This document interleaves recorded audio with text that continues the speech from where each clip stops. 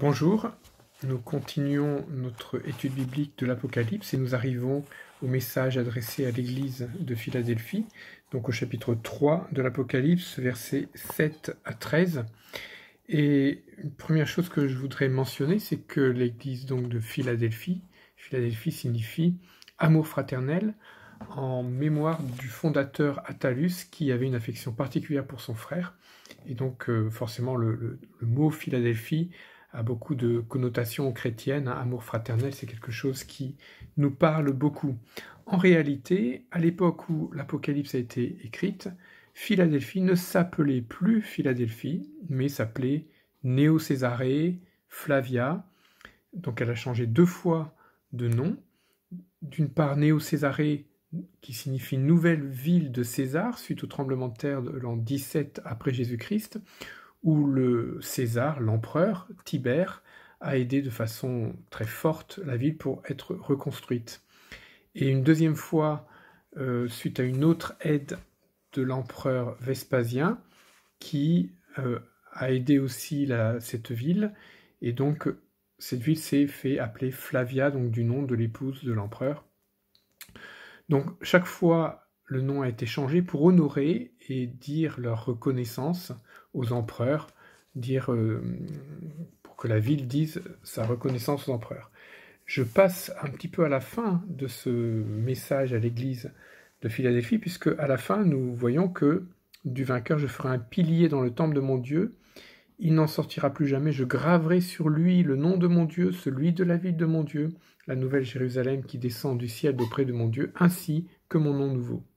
Donc en fait, une triple inscription, un triple nom qui est gravé sur les personnes les personnes vont porter ce triple nom, le nom de Dieu, le nom de la ville de Dieu et le nouveau nom de Jésus. Et donc un petit peu en quelque sorte, on pourrait dire pour honorer et dire notre reconnaissance de tout ce que Dieu aura fait pour nous.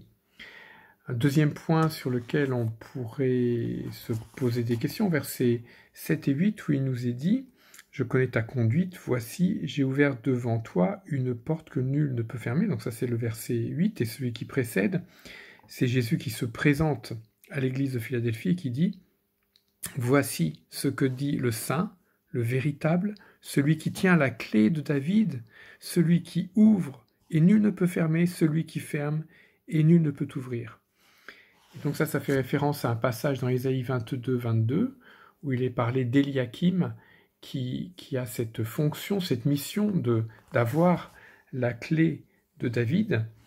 Et ce passage est vraiment considéré comme un passage messianique, c'est-à-dire que c'est le Messie qui aura cette fonction d'avoir les clés de la ville de David, les clés de David, c'est-à-dire les clés du royaume de Dieu en l'occurrence. Et c'est Jésus qui a les clés du royaume de Dieu, qui a les clés de l'entrée dans la vie éternelle.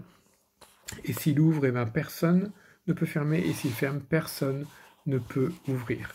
Alors on a pu considérer, et on pourra se poser la question, que c'était un parallèle avec le dieu Janus, qui était honoré dans la ville de Philadelphie, et ce dieu était le surveillant des portes de la ville, de l'entrée de la cité, et d'ailleurs les attributs de ce dieu-là étaient une clé et un bâton.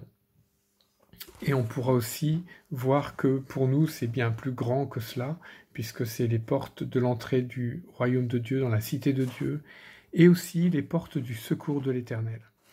Alors on verra aussi que pour l'église de Philadelphie, finalement, il n'y a pas de reproche qui est fait, et donc c'est très intéressant de voir cela. Il n'y a aucun reproche, mais plutôt une demande de persévérance face à l'épreuve qui va toucher toute la terre entière, donc une grande épreuve, un grand chamboulement, comme ça a pu être le cas dans le passé pour Philadelphie, avec le tremblement de terre par exemple.